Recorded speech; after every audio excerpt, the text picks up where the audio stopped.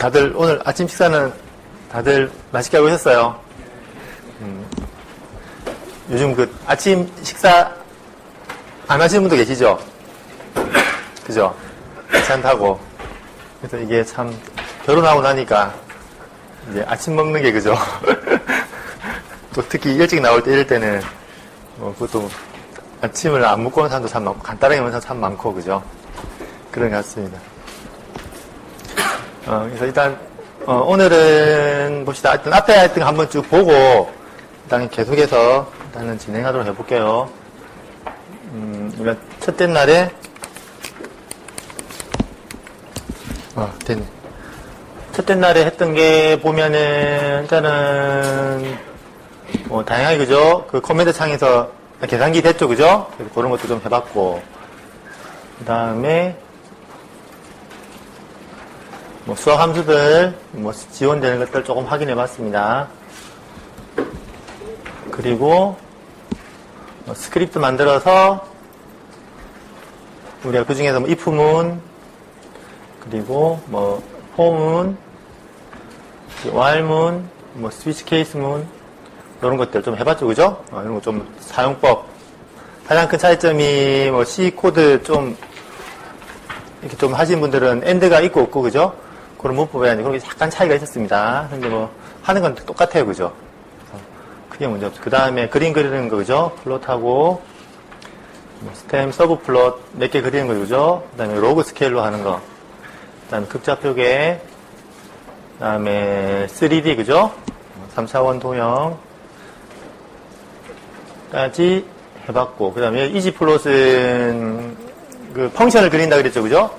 직접 데이터를 주고 그린 건 플롯으로 그리면 되고, 어떤 사인, 코사인을 그려라 이런 거 할 때는 이지 플롯으로 하면은 범위와 정의 좀 얘가 그냥 알아서 변수를 가지고 그려줬습니다. 그 다음에 컴플렉스 관련해서 했고, 컴플렉스의 제일 그래도 특징은 곱하면 돌아가는 거였죠, 그죠? 나누면 거꾸로 돌아가고 이런 것들 좀 봤었고, 그 다음에 오일러 정리도 한번 봤었고, 그 다음에 이렇게 그래픽 창에서 이렇게 움직이는 것도 좀 해봤죠, 그죠? 포즈를 이용해가지고 우리가 조금씩 시간을 텀을 주면서 뺑뺑 돌리고 하는 것도 해봤습니다. 그 다음에 보통 데모나 이게 매트가 제공하는 것을 이용해서 실제로 소리는 못 들어봤지만 소리는 들을 수 있었습니다, 그죠? 웨이브 파일 형태로 읽고 그래프 그리고 그런 것들을 해봤습니다. 그 다음에 미분도 해봤죠, 그죠? 미분. 근데 미분할 때 그냥 직접 데이터를 줘서 미분을 할 수도 있지만 사실은 그보다는 우리가 원하는 식을 만들어서 그 식을 미분하라. 이게 됐죠, 그죠? 그리고 이렇게 심볼로 만들어서 심볼 베리어블 몇 개를 딱 만들어서 그를 가지고 얘를 미분해라, 적분해라. 이런 게 됐습니다. 그래서 그런 식으로 됐었고. 그죠? 실제로 우리가 예제를 통해서 심볼을 통해서 우리가 수식을 미분해라 해서 나온 결과하고 실제로 데이터를 둬가지고 실제로 미분시켰죠, 그죠? 그 두 가지 경우를 확인해 보니까 똑같았어요. 그래서 얘가 이제 수식으로도 미분이나 적분을 잘 수행하구나 라는 걸 확인할 수 있었습니다. 그 다음에 페이지 차이에 의해서 우리가 동글동글 그려지는 것도 해봤죠, 그죠? 오실로스코프에서 볼 수 있는 것들 페이지에서 움직이는 것들. 그 다음에 우리가 또 뭐 해봤습니까? 미분 방정식. 미분 방식 풀이도 해봤습니다. 그래서 보통 2차 설명했듯이 기본적으로 보통 일반적인 회로 이론이나 보면 나오면 L하고 C 미분 적분이 하나씩 있기 때문에 실제로 보통 대부분 이렇게 2차 미분 형태로 수식이 전개됩니다. 그죠? 이런 상황에서 우리가 실제로 여기 있는 방식을 이용해서 그리고 이제 원하는 형태의 이제 회로 이론 결과, 그죠? 그런 것들을 아마 확인해 볼 수 있었습니다. 그래서 그 다음에 시스템 쪽으로 넘어가서 일반적으로 시스템에는 크게 요 네 가지가 필요했습니다. 그래서 요 네 가지가 일반적으로 그 시스템 설계에 있어서 고려해야 될 부분 네 가지 사항이었고, 그 중에 첫 번째, 리니어리티는 요 수식만 성립하면 된다죠, 그죠? 그래서 이게 결국 의미하는 게 뭐냐면, 개별, 각각의 입력이 결국 각각의 출력으로 나와서 결국 출력이 합해지는 겁니다. 그죠? 그렇게 하면 되죠, 그죠? 그래서 입력이 아무리 많아도 결국 개별 하나하나가 다 입력이 들어가서 거기에 대한 출력들이 다 나와서 합쳐지는 거라고 보면 됩니다. 리니어, 그러면 어떤 게 주로 리니어일까를 보면 일반적으로 이렇게 바이어스, 즉 이렇게 상수, 플러스 이렇게 있으면 절대 안 됐었고, 그 다음에 뭐 몇 개 해봤죠, 그죠? 제곱도 안 되고 함수도 안 되고 주로 1차 함수, 그죠? 1차 함수를 가는 이런 경우만 거의 대부분 됐습니다. 그래서 리니어, 이렇게 선형, 원점을 통과하는 형태의 이런 식이 돼야지 일반적으로 리니어 함수가 됩니다. 그래서 근데 실제 사항은 사실 뭐 리니어 영역과 아닌 영역으로 보통 이게 실제 사항이죠, 그죠? 그래서 우리가 실제로 리니어한 영역에 한해서만 관심을 가지고 이제 그렇게 할 수 있도록 해줬으면 됐습니다. 그리고 시간적으로는 뭐 타임 인베리언트는 시간 뭐 좀 이따 해도 똑같고 나중에 똑같고 시간이 밀리면 결과도 밀리는 거죠, 그죠? 그래서 그런 것들이었고 슈퍼포지션은 마찬가지로 뭐 각각 입력 각 개별 입력을 다 더하면 합쳐서는 입력하고 똑같다는 거죠, 그죠? 그런 이야기였고 그래서 우리가 예제를 해본 게 요거였죠. 개별적으로 UT라는 게 개별이지만 실제로 개별 다 대해서 실제로 결과가 똑같이 나온다는 거 맞고 요거는 나중에 어차피 결과를 예상할 수 있었습니다. 요거는 굳이 짜도 되지만 안 짜도 충분히 예상 결과할 수 있는 거였고 그 다음에 임펄스 레스폰스가 굉장히 시스템에 중요하다고 그랬죠. 맞습니까? 왜냐하면 왜 중요하냐면 우리가 단일 하나의 임펄스를 넣고 결과가 나왔어요. 그죠? 그럼 어떤 입력이든 간에 모든 입력은 다 임펄스에 더하기로 표현이 되죠. 그렇기 때문에 결국 각각 임펄스에 대한 합을 다 만들어버리면 결국 시스템에 어떤 입력을 넣을 때 나온 결과가 되는 거예요. 그래 되겠죠, 그죠? 그래서 임펄스 레스폰스가 딱 중요합니다. 그래서 입력이 2개 들어가면 임펄스 각각 2개를 출력을 내서 2개를 더하면 되고 입력이 3개면은 어떻습니까? 3개 각각을 다 나온 걸 더하면 됩니다. 그게 뭡니까? 뒤에 나오는 콘볼루션이었죠, 그죠? 맞습니까? 그래서 콘볼루션은 각각의 입력에 대해서 나오는 것들을 다 더하는데 쉽게 하려고 보니까 어떻게 됐습니까? 두 중에 하나를 뒤집어서 딱 곱해버리니까 딱 자리가 맞았어요. 그죠? 마침 맞아서. 그래서 콘볼루션 할 때는 두 중에 하나를 뒤집어서 쭉 시프트 시키면서 곱하면 됩니다. 시간이 흐르면 하나씩 시프트 시키면서. 그래서 그런 형식으로 나왔습니다. 그래서 콘볼루션이 그런 모양이죠, 그죠? 두 중에 하나를 시프트 시켜서 더해버리면 됩니다.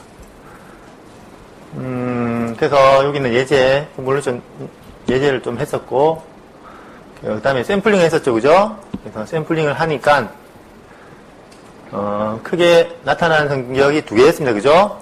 2가지를 이야기했죠. 일단 그 하기 전에, 이게 보통 2파이 FT, F가 일반적으로 주파수를 줄 수 있고, 이거는 그, 컨티뉴어스 타임에서 할 때고, 실제 우리가 샘플링 딱 하게 되면은, 뭐, 이렇게 시간처럼 연속이 아니기 때문에, 첫 번째, 두 번째, 세 번째, 네 번째, 이렇게 순서가 되죠, 그죠? 그래서 그 순서가 N으로 보면, 첫 번째, 두 번째, 세 번째, 네 번째 되면은, 실제로, 얼마나 빨리 이걸 샘플링을 할 거냐라는 걸 알려줘야 됩니다, 그죠? 그게 샘플링 주파수였죠, 그죠? 그래서 이런 식으로. T가 N 나누기 fx로 바뀝니다. 그래서 N 샘플이 fs만큼 샘플링을 하면 1초가 되겠죠, 그죠? 그래서 이렇게 똑같은 개념으로 바뀌도록 되어 있습니다. 그래서 우리가 샘플링을 한번 해봤죠, 직접. 그래서 얘는 1Hz니까 보니까 1초에 뭐 한 주기가 들어가네요. 그런 1Hz 샘플을 1초에 12번 샘플링 했어요. 그래서 1초에 12번 샘플 하니까 사인 파형 그대로 잘 유지가 됐습니다. 근데 여기서 우리가 또 어떻게 했습니까? 또 동일한 1Hz 사인 파에 대해서 샘플링을 점점점 낮춰봤죠. 그래서 1Hz 신호를 1초에 10번도 해보고 깨끗하게 잘 나왔죠. 그 다음에 5번도 해봤어요. 그래도 뭐 잘 나왔어요, 그죠? 2번을 해봤는데 2번을 해봐도 어쨌든 사인처럼 이런 모양이 나왔죠. 여기까지는 문제가 없었지만 실제로 1Hz를 한 번을 하니까 이렇게 나왔어요, 그죠? 전혀 우리가 넣은 1Hz 신호가 표시가 안 됐습니다. 그죠? 그래서 이 경계가 뭐냐면, 최대로 우리가 표현할 수 있는 주파수는 2Hz 샘플링에는 1Hz까지밖에 안 됩니다. 다시 말하면 1Hz 신호를 표시하기 위해서는 최소 샘플링 주파수가 2Hz 이상이 돼야 돼요. 2배 이상이 된다 그 말이죠.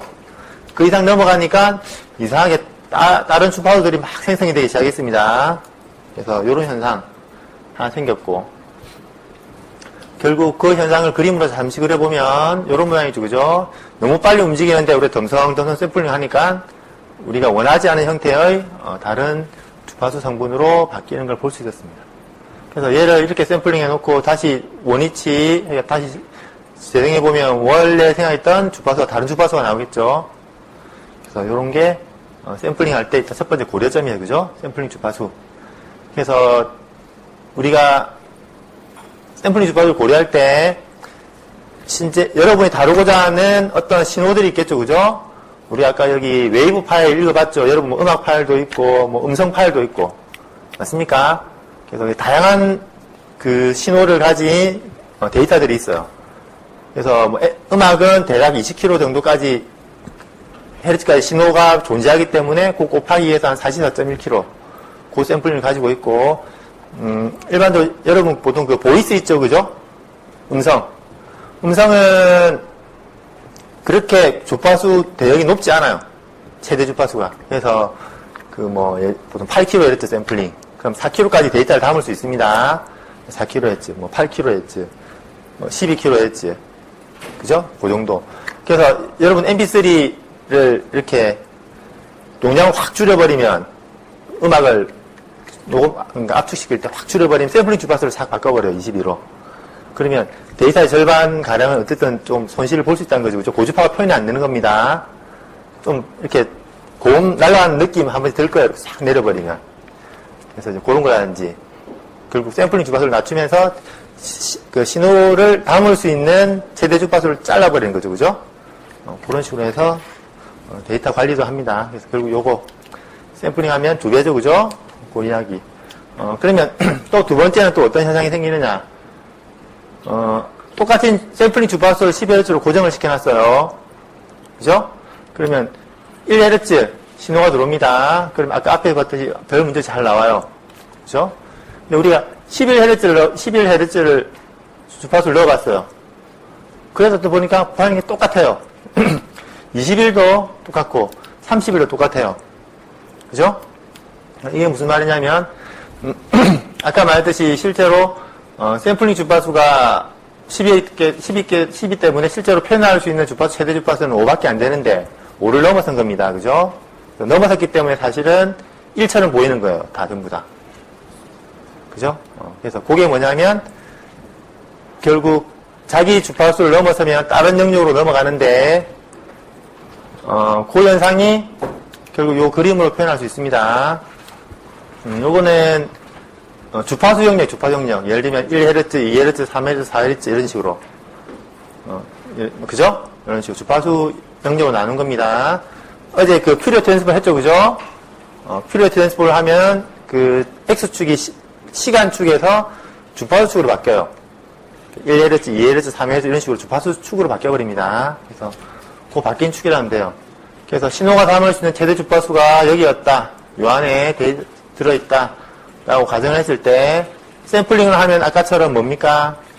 1Hz 11, 21처럼 샘플링 주파수 간격으로 샘플 주파수 간격입니다. 0, 10, 마이너스 10, 20, 30으로 이렇게 복사가 일어나요. 왜냐하면 아까 봤듯이 1Hz 신호하고 11Hz 신호하고 똑같아요. 그죠? 맞습니까? 아까 똑같았죠? 1Hz하고 11Hz 똑같고 21Hz도 똑같아요. 그죠? 31Hz 똑같고 똑같다는 게 나왔죠. 그죠? 그것처럼 이렇게 복사가 됩니다. 이렇게. 그래서 동일한 게 일정 간격으로 지금 샘플링 주파수 간격으로 복사가 일어나고 그리고 샘플링 주파수가 요 간격이라 그랬죠. 그래서 샘플링 주파수를 너무 낮춰버리면은 얘 둘이 점점 좀 가까워져 가지고 결국은 이런 식으로 서로 붙어버려요. 그럼 자기 신호가 표시가 안 되겠죠. 그죠? 이게 엘리아싱인데 아까 1Hz만 11, 21, 30은 요런 엘리어싱이 일어나가지고 원래는 다른 영역으로 넘어간 거예요. 1Hz로 넘어간 거예요. 그죠? 그렇게 생각하면 됩니다. 그래서 이런 현상 두 가지를 샘플링에서는 고려를 하면 됩니다. 그래서 중요한 거 나이키스 샘플링 레이트 같은 경우에는 실제로 샘플링을 어디까지 해야 되느냐, 신호가 가지고 있는 최대 주파수의 최소 2배 이상은 해줘야 된다 이 말이에요. 그 이하로 하면은 신호가 문제가 생깁니다. 그래서 어떻게 합니까? 일반적으로 아날로그 신호에서 우리가 샘플링 하기 전에 신호가 쭉쭉 아래로 쭉 있으면 우리가 샘플링 하고자 하는 그보다 이제 반이죠, 그죠? 그거보다 더 높은 신호들은 알레싱이 일어나죠. 그래서 미리 사전에 어떻게 합니까? 이렇게 필터를 통해 가지고 잘라버립니다. 요게 엔티 알리아싱 필터입니다. 그렇죠? 그래서 요게 그런 식으로 이해가 됐습니다. 그 다음에 우리가 퓨리어 트랜스폼을 했었죠, 그죠? 퓨리어 트랜스폼은 일반적으로 모양은 이렇게 생겼습니다. 그래서 이야기를 해보면 t, 즉 시간 도메인에 있는 x를 익스포넨셜 마이너스 j 오메가 t, 오메가는 주파수죠, 그죠? 주파수를 곱해가지고 그에 대한 성분을 뽑아내는 거예요. 그죠? 주파수 성분을 뽑아내는 거예요. 사인, 코사인이나 이 관련된 이런 성분들이 어느 만큼 있는지를 뽑아낸다 보면 됩니다. 그래서 이거 확인했었죠, 그죠? 뽑아냈는데 실제로 오메가 영역에서는 오메가 영역에서는 주파수 값이 하나 1Hz, 2Hz 이런 식으로 나왔습니다. 그래서 그걸 다시 역으로 할 때는 다시 1Hz, 2Hz에 해당하는 값에다가 다시 원래 신호인 코사인 사인을 곱합니다. 그죠? 곱하면 다시 이제 원래대로 시간축으로 다시 변환될 수 있습니다. 이게 퓨리어 트랜스폼. 그래서 우리가 매트랩에는 주로 지원하는 게 여러분 실제로 신호 처리용입니다. 신호를 처리할 때 FFT라는 프로그램이 있습니다. 함수가 있어요. 그래서 아까 말한 뒤에도 오늘 쭉 뒤에 나누면 되겠지만 퓨리어 트랜스폼은 연속이에요, 그죠? 연속 생산이고 사실 그걸 샘플링 해줘야 됩니다. 디지털에 처리해야 되겠죠, 그죠? 샘플링 거치면 그걸 DFT라고 하는데 이 DFT를 처리하기 위한 수식이 요거예요. 아까 모양은 똑같습니다. 입력에다 익스포넨셜 j 2파이 해가지고 이거 샘플링 t 대신 요게 들어가죠, 그죠? n분의, 그죠? 그래서 요게 들어가서 똑같이 이렇게 바뀌는 거예요. 인버스 똑같고 앞에 수식하고 모양이 똑같습니다. 단 주기가 딱 한 주기만 하도록 되어 있어요. 왜냐면 반복이죠. 아까 봤죠, 그죠? 반복이 한 주기만 하도록 되어 있습니다. 그래서 매트랩에서는 FFT를 쓰면 됩니다. 그래서 우리가 그 실험 통해 가지고 FFT, IFT 해가지고 원래 신호가 그대로 주파 영역으로 갔다가 다시 오는 걸 확인했습니다. 그죠? 확인했는데 10Hz 사인파에 대해서 넣어본 결과 우리가 이렇게 나왔죠. 그죠? 그래서 어제 가만히 요 X축에 대한 이야기를 사실은 그렇게 보니까 좀 빼먹어서 좀 혼란을 일으킬 수 있겠구나라는 생각이 좀 들더라고요. 여기는 다 주파수 영역입니다. 그죠? 주파수 영역이고 여기에 뭐 1Hz, 2Hz 시작해가지고 각각 몇 Hz 신호가 어느 만큼 있는지를 표시해 주는 거예요. 주파수 영역을 바꾸면. 그래가지고 지금은 여기 들어온 게 우리가 실제로 10Hz 사인파를 주파 영역으로 바꿨죠, 그죠? 그래서 사실은 10Hz 신호만 있는 거예요, 지금은. 우리가 신호 자체가 10Hz 밖에 없습니다. 물론 딴 거 넣으면 딴 게 나오겠죠, 그죠? 요거밖에 없는 거였고. 그래서 실제로 계산은 우리가 요 샘플링 주파수하고 요 딱 절반까지가 사실은 보면 되고 얘가 그대로 카피됩니다. 거꾸로 카피되는 거였고. 그래서 샘플링 주파수가 500이기 때문에 실제로 우리가 FFT를 500포인트를 내면 실제로 500이 나옵니다. 아까 500포인트를 했기 때문에. 그리고 딱 절반이 뭡니까? 최대 주파수죠, 그죠? 그렇게 생각하고 계산하면 됩니다. 계산하면은 얘가 실제로 한 50번째에서 10Hz 신호가 됩니다. 그래서 딱 튀는 걸 확인이 가능해요. 그래서 우리가 11Hz 플러스 30Hz 같이 넣었습니다. 그러니까 두 개가 튀었죠? 11Hz 튀고 3Hz 튀고. 그래서 우리가 그 중에서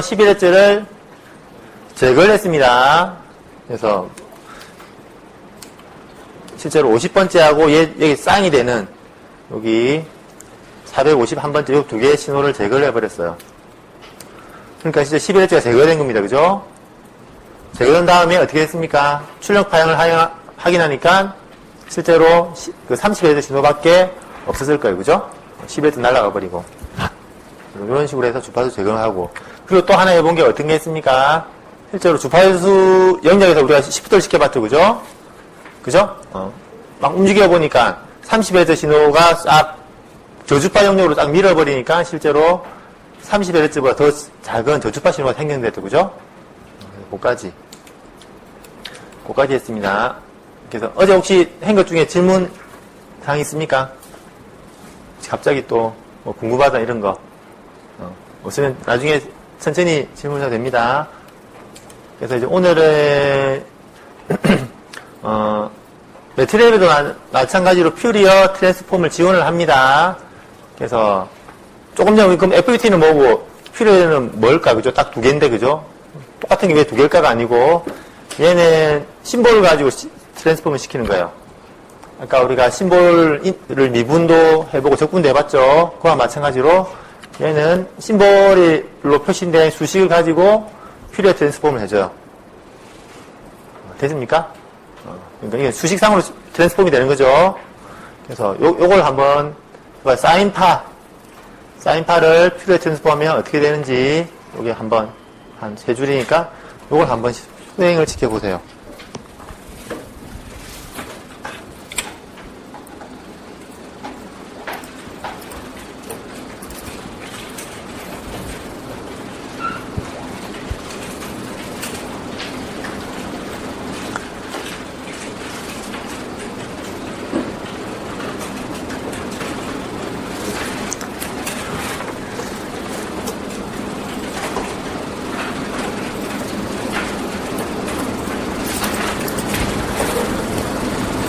봅시다.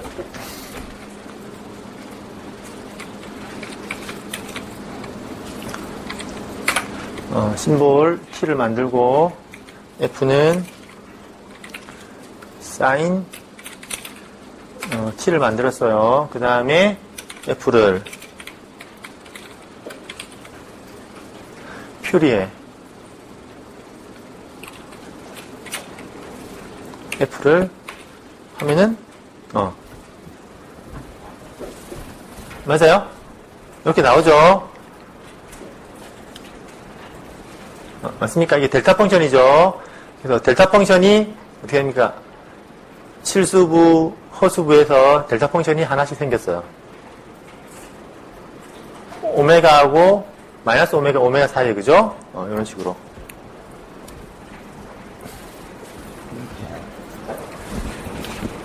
됐습니까? 결국 이런 식으로 하나씩 생겼습니다. 됐습니까? 퓨리어 트랜스폼을 얘도 수식적으로 해줍니다.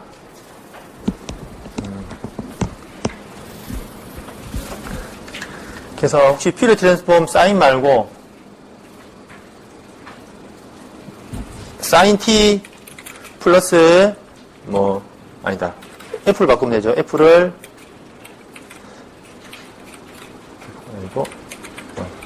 예를 들어 플러스 사인 3t 이러면은 마찬가지로 성분이 4개가 생겼죠. 그죠? 이런 식으로 퓨리어 트랜스폼이 이루어집니다.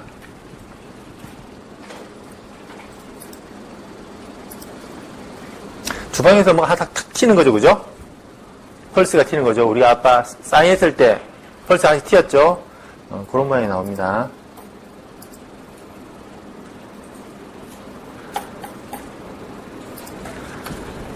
그 다음에 우리가 실제로 그러면 타임 도메인하고 주파 도메인하고 어떤 연관성이 좀 있는지 이제 그걸 한번 보는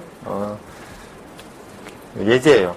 그러니까 요걸 한번 쭉 쳐서 랩 fpt3.m이라는 스크립트를 만들어서 한번 쭉 쳐서 한번 수행을 시켜 보십시오. 결과 어떻게 나오는지.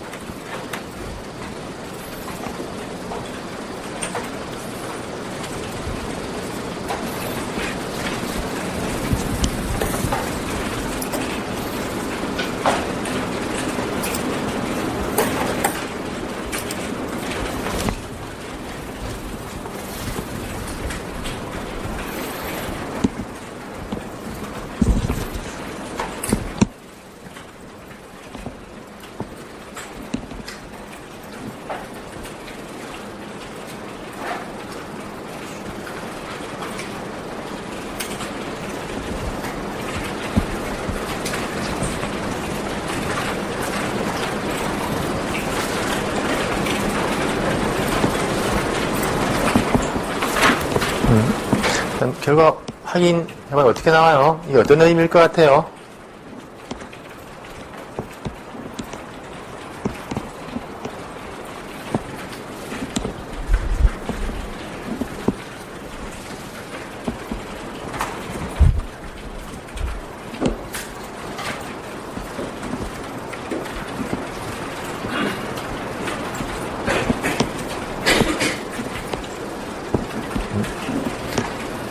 어떤 것 같습니까?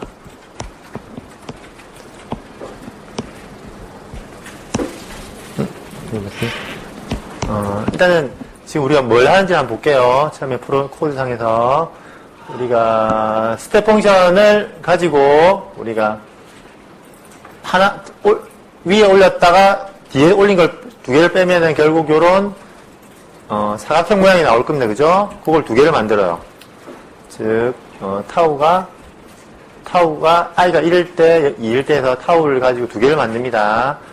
그 두 개를 만들어 가지고 퓨리어 트랜스폼을 해요. 두 개를. 그리고 이지 플롯을 쓰면 되죠. 그죠? 이거는 이제 그 심볼릭 그런 펑션이기 때문에 이지 플롯 써서 원래 타임축 시그널하고 우리가 퓨리어 트랜스폼 하고 두 개를 서브 프로세싱에 두 개를 동시에 그려 놓습니다. 프로그램은 그렇게 구성이 되어 있어요. 그래서 실제로 수행을 시키면 이렇게 나올 거예요. 그죠? 이게 무슨 의미일까요? 잘 보면 첫 번째 입력 예하고 예하고는 어떤 차이점이 있습니까? 가장 큰 차이점. 예하고 예하고 차이점. 어떤 차이점이 있어요? 예와 예의 차이점. 어떤 차이점이 있어요? 차이점이라고는 시간축으로 더 넉넉한 것밖에 없죠. 그죠? 이건 조금 비교적 얇고, 이건 시간축에서 두꺼워요. 이건 0.5초 플러스 마이너스에서 1밖에 안 되고, 폭이. 얘는 폭이 플러스 마이너스에서 4 정도 되네. 그죠? 폭이 확 넓어졌어요. 이 차이밖에 없습니다. 근데 얘들을 퓨리어 트랜스폼 시켰습니다. 주파 용량을 바꿨어요. 그죠? 바꾸고 나니까 모양이 이렇게 다나요. 어떤 차이? 얘는 그러니까 폭이 좁으니까 좀 널찍하고, 그죠? 폭이 넓으니까 뾰족하죠? 맞습니까? 지금 그런 차이를 보이네요. 그래서 이걸 어떻게 생각하면 되느냐? 첫 번째. 자, 우리가 이렇게 생각하면 됩니다. 얘가 옆으로 계속 넓어집니다. 끝까지 넓어졌어요. 그럼 무슨 신호입니까? 일정한 신호를 계속 가지고 있는 DC죠. 그죠? DC는 주파수가 얼마입니까? 0이죠? 다 0으로 가는 거예요. 어쨌든. 결국은 얘가 크게 무한히 확 커져버리면 DC가 되고, 마찬가지로 얘가 무한히 좁아져가지고 DC 성분 하나밖에 없는 거예요. 그래 되겠죠? 그죠? 그래서 주파수에서 사실은 넓어진다는 건 또 다른 의미로 보면 점점점 이게 사인파다고 생각하면은 점점점 폭이 뭐가 됩니까? 점점 둔해지는 거죠. 변화가. 변화가 작아진다는 거는 주파수가 그만큼 낮아진다는 거죠. 그죠? 맞습니까? 빨리 움직이면 주파수가 높은 거고, 천천히 움직이면 주파수가 낮은 거죠? 그런 과정에서 보면 또 마찬가지예요. 그래서 점점점 주파수가 느려지기 시작하고, 따라서 점점점 0으로 더 가까워져서 뾰족해집니다. 그래서 완전히 얘가 DC가 되면은 얘가 실제로 딱 하나만 튑니다. 델타 펑션 하나만 튈 거예요. DC가 되면. 델타 하나가 튑니다. 그죠? 근데 이런 현상이, 주파수나 타임이라서 뒤집어 놓어도 마찬가지예요. 나중에. 똑같은 현상입니다. 이거 점점점 타임에서 좁아져요. 타임에서 좁아지면 점점점 주파수가 어떻게 됩니까? 점점 뾰족해지면은 그만큼 여기는 기울기가 안 나오지만 사인파라고 생각하면 기울기가 점점점 커지겠죠. 그죠? 커진다는 말은 결국 주파수 성분이 높다는 거죠. 그죠? 그래서 얘가 점점점 주파수에서 퍼지기 시작합니다. 얘가 뾰족해지면 마찬가지로 얘가 퍼집니다. 그래서 얘가 델타 펑션이 될 만큼, 즉 0에서 무한대로 튈 만큼 델타 펑션이 되면은 모든 주파수를 다 가질 수가 있어요. 그래서 그게 뭐가 됩니까? 여기서는 DC가 됩니다. 그래서 모든 성분을 가지는 하나의 DC처럼 선이 하나가 됩니다. 입력이 델타가 되면은 DC가 돼요. 됐습니까? 됐어요. 그럼 여기서 우리가 앞에서 임펄스 레스폰스가 중요하다고 그랬죠. 그 이유가 여기 있습니다. 여러분들 임펄스를 넣었어요. 그러면 어떤 입력을 넣은 거예요? 주파선상에서는 뭘 넣습니까? DC를 넣은 거예요. 그 입력이 DC니까 DC하고 실제 시스템 펑션하고 곱해져가지고 출력이 나오겠죠? 그럼 뭐가 나옵니까? 시스템 펑션 모양이 그대로 나오겠죠? 그죠? 그래서 델타 펑션 넣으면은 시스템 그 레스폰스가 그대로 나오는 거예요. 걔가 가지고 있는 특징이 그대로 나오도록 되어 있습니다. 그래서 아까 앞에 델타 펑션이 중요하다고 그랬죠, 그죠? 델타를 넣으면 그 시스템이 가지고 있는 특징이 그대로 나옵니다. 그죠? 그래서 델타 플러스 해가지고 걔들을 쭉 나온 걸 모아가지고 하면은 실제로 고입력을 넣었을 때 나오는 레스폰스가 그대로 나오는 거예요. 그래서 그게 컨볼루션이죠, 그죠? 그렇게 연결됩니다. 그래서 델타 펑션은 주파선상에는 모든 성분을 가지는 이런 일정한 모양을 가지게 됐기 때문에 델타 펑션을 넣었을 때 결과가 나온다는 말은 실제로 이 DC랑 서로 입력을 넣어서 나오는 결과이기 때문에 시스템 펑션이 그대로 그 모양 그대로 나오도록 되어 있어요. 그래서 임펄스 레스폰스가 중요하다는 게 그 이야기입니다. 이해됐습니까? 그래서 이런 특징이 있습니다. 생각을 해보면 타임에서 넓어지면 주파수 좁아지고 타임에서 좁아지면 주파수 넓어집니다. 맞습니까? 그 반대로 똑같이 주파수에서 넓어지면 타임이 좁아지고 타임에서 주파수가 좁아지면 타임이 넓어집니다. 그래서 우리가 그걸 해봤죠. 또 뭐 해봤습니까? 12Hz를 안으로 밀어버렸죠. 아까 30Hz 안으로 밀었죠. 그럼 좁아진 거죠. 그죠? 맞습니까? 그러니까 위에서 주파수 30Hz가 11Hz처럼 늘어졌죠. 그죠? 그거 비슷한 겁니다. 주파수 좁히면 위에서 늘어지고 이런 식으로 똑같은 개념으로 생각하면 됩니다. 그래서 주파수를 바꾸는 거하고 타임 바꾸는 거 그런 관계가 있습니다. 이해됐습니까? 그래서 여기 있는데 요거는 앞에 조금 전에 우리가 앞에 했던 거 퓨리어 트랜스폼 하는 거 있죠, 그죠? 심볼 해가지고 하는 거 그 몇 줄만 해가지고 확인해 보십시오. 심볼을 X를 만들고 T를 만들고 이 함수를 요 함수로 만들면 되겠죠, 그죠? 심볼 함수 만들어 놓고 그 다음에 얘 대신 이 T를 넣어서 바로 아까 퓨리어 트랜스폼 한번 해보면 됩니다. 요거는 할 수 있겠죠, 그죠? 할 수 있겠죠? 넘어가 볼까요? 또 나중에 시간이 남으면 해볼게요. 이것도 마찬가지.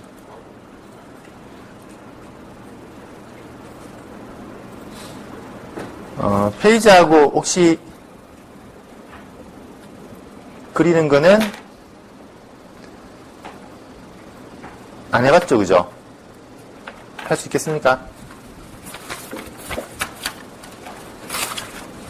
요거는 처음에 하는 것만 같이 조금만 따라 해보면 되겠네요, 그죠?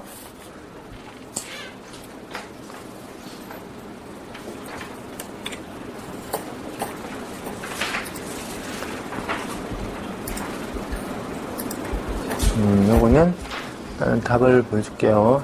F 붙이고.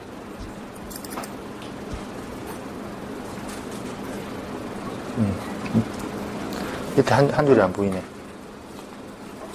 한 줄은. 자, 일단 이렇게 하면 됩니다. 그러면 일단은 우리가 유닛 스텝 펑션 이용해가지고 이렇게 X를 만들 수 있죠, 그죠? 그 있는 대로 그대로 해서 만들면 되고. 그대로 퓨리어 트랜스폼, 요 두 줄이면 퓨리어 트랜스폼이 만들어졌어요. 그죠? 얘를 가지고 우리가 그림을 딱 두 개 그리면 됩니다. 얘의 그 절대값하고, 그 다음에 그 각 페이저. 맞습니까? 절대값 그린 건 뭡니까? 자, 입력을 X1에서 그냥 그리면 됩니다. 이거는 입력이죠, 그죠? 입력 S1 그리면 되고. 두 번째, 절대값을 ABS를 안 쓰고 우리가 스퀘어를 썼네요. 제곱 플러스 스퀘어 썼네요. 그죠? 요게 왜 이랬을까요?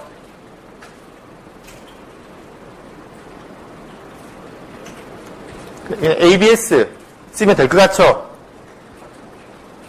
될 것 같죠? 근데 ABS는 아까 말했듯이 심볼 이런 함수를 지원하지를 않아요. 하면은 뭐라 막 이렇게 뜰 겁니다. 그러니까 똑같은 의미예요. 그래서 그렇게 하지 말고 이 심볼 X1을 가지고 있는 요런 형태로 이래가지고 이미지너리 리얼해서 제곱해서 스퀘어를 하면 돼요. 똑같은 말이죠. 그죠? 수식이 똑같은 수식이니까. 그래서 요렇게 넣으면 됩니다. 그것 때문에 요 샘플이 아마 나왔을 거예요.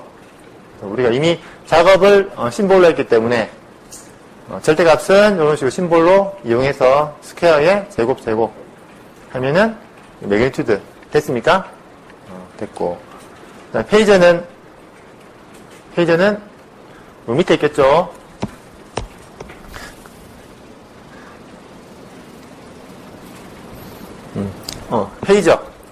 페이저도 우리가 뭐 앵글 이런 거 써도 안 됩니다. 그거는 실제로 수식을 가지고 연산하는 거예요. 그러면 이미지너리의 로그의 x1 이게 페이지가 되나요? 이게 되나요? 모양이 됩니까? 갑자기 왜 황당하게 로그가 나왔네요. 그죠? 그래서 로그가 왜 나왔는지 한번 봅시다. 우리 어떤 복소수를 가지고 z가 a의 exponential j 세타라고 이렇게 되어 있죠. 그죠? 복수 평면에서. 그럼 우리가 여기서 구하고자 하는 게 뭡니까? 뭐예요? 페이지를 보고 싶다 하면은 얘가 궁금한 거죠. 맞습니까? 제가 궁금한 겁니다. 그래서 우리가 양편의 로그를 취합니다.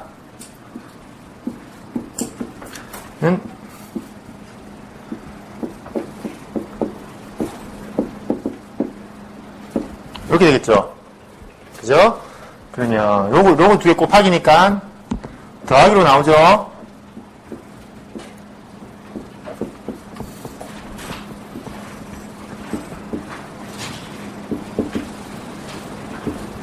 이건 절대값이 아니고 이게 절대값이 아니죠. 이게 절대값이 이래야 되죠. 그죠? 그럼 앞에 얘는 실수부죠. 그죠? 그래서 로그 그대로 나오고 플러스 로그에 그러니까 얘는 없어지죠. 그죠? 그래서 J 세타가 나와요. 그죠? 로그를 취해보니까 어떤 현상이 생깁니까? 페이저가 허수로 나와요. 맞습니까? 그럼 뭐만 버리면 됩니까? 실수만 버리고 허수만 취하면 됩니다. 그럼 되죠. 그죠? 그래서 우리가 이 수식으로 된 로그 x를 우리가 뭐 앵글이나 페이저를 쓰면 진짜 편하지만 걔들은 실제 수식을 넣어야 되는 그런 모양이고 우리 할 수 없이 이미지너리 파트에 x1을 로그를 취해서 이미지 부분만 뽑아버리면 페이지가 되는 거예요. 이해됐습니까? 이런 수식입니다. 그래서 펑션이 마냥 편한 건 아니죠. 그죠? 얘들도 어떻게 빨리 이제 페이저를 그릴 수 있는 요것도 빨리 만들었으면 좋겠는데 일단 지금은 이렇게 수식으로 그래도 되는 방법이 있으니까 그죠? 이런 식으로 뽑으면 됩니다. 요거 해서 한번 수행을 시켜보세요. 절대값은 스퀘어 루트로 해서 이지 플롯을 그리고 페이저는 로그를 취해서 이미지너리 파트만 뽑아버리면 실제 페이지 값이 됩니다. 제일 위에 한 줄 심볼 정의하는 게 하나 날라갔습니다. 이게 날라갔네. 그죠? 이게 애매하게 됐네. 그죠?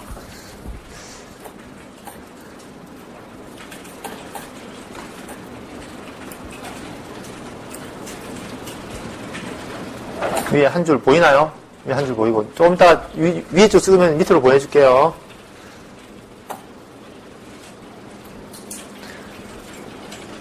위에 두 줄은 다 썼죠? 그죠? 다 썼으면 밑으로 내릴게요. 그래서 이런 식으로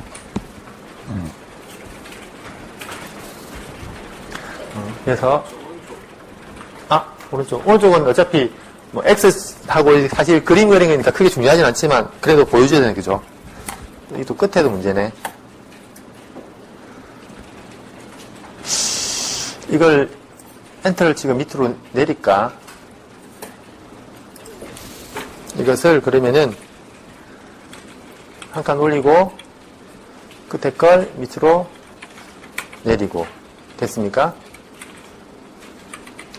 요것도, 잠시만요. 이걸 지어서 한 줄을 맞추든지 해야 되겠다.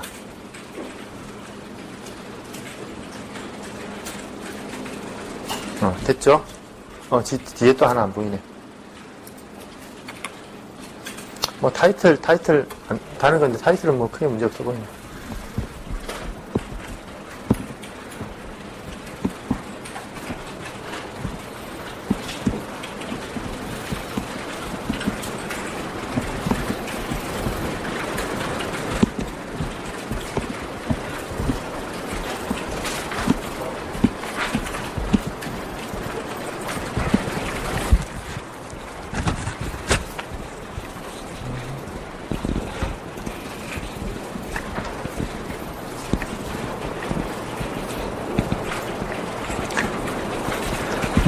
잘 나옵니까?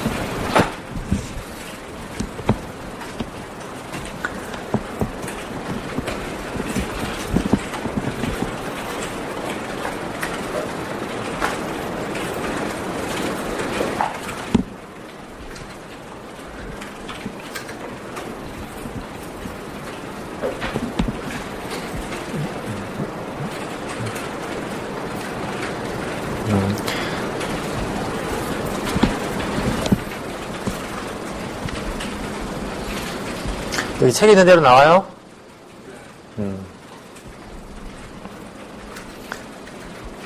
앰플리튜드 하고, 페이지 하고. 잘 나오죠? 기본적으로 이제 박스 모양의, 즉 사각형 모양의 입력은 항상 어떻게 됩니까? 싱크 펑션이 됩니다. 서로 이제 그렇게 두 개가 치네요. 항상 페어가 됩니다. 타임에서 싱크면은 주간 인형에서는 박스가 되고, 타임형에서 박스면은 주간 인형에서는 싱크 펑션이 됩니다.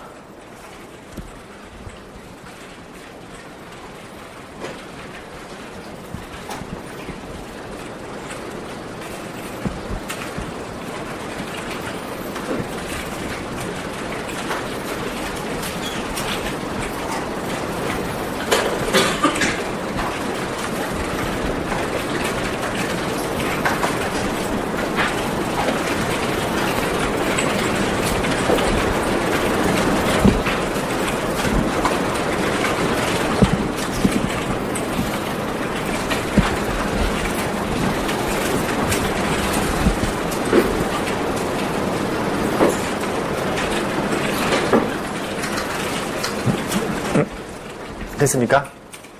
표정을 보니까 절반 이상은 되고 열심히 치고 있는 것 같네요. 그죠? 그래서 돌리면은 앞에처럼 나옵니다. 됐죠?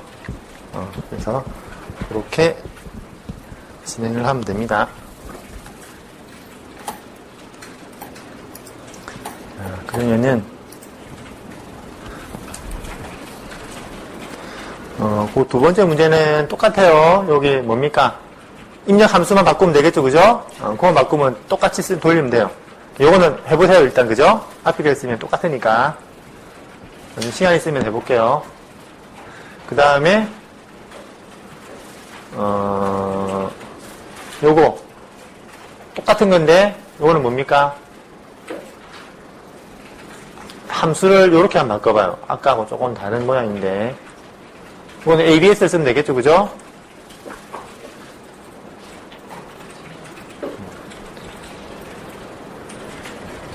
ABS를 써서, ABS가 안 되면은,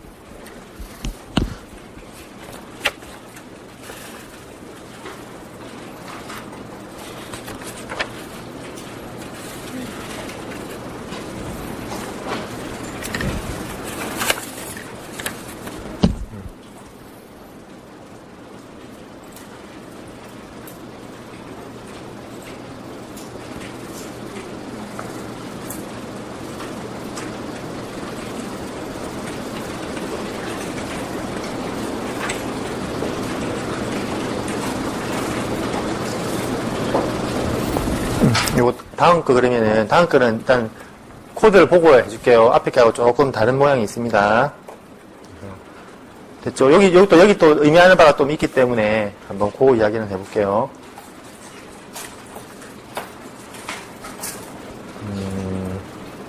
요게 7번이죠, 그죠? 앞에 거 지우고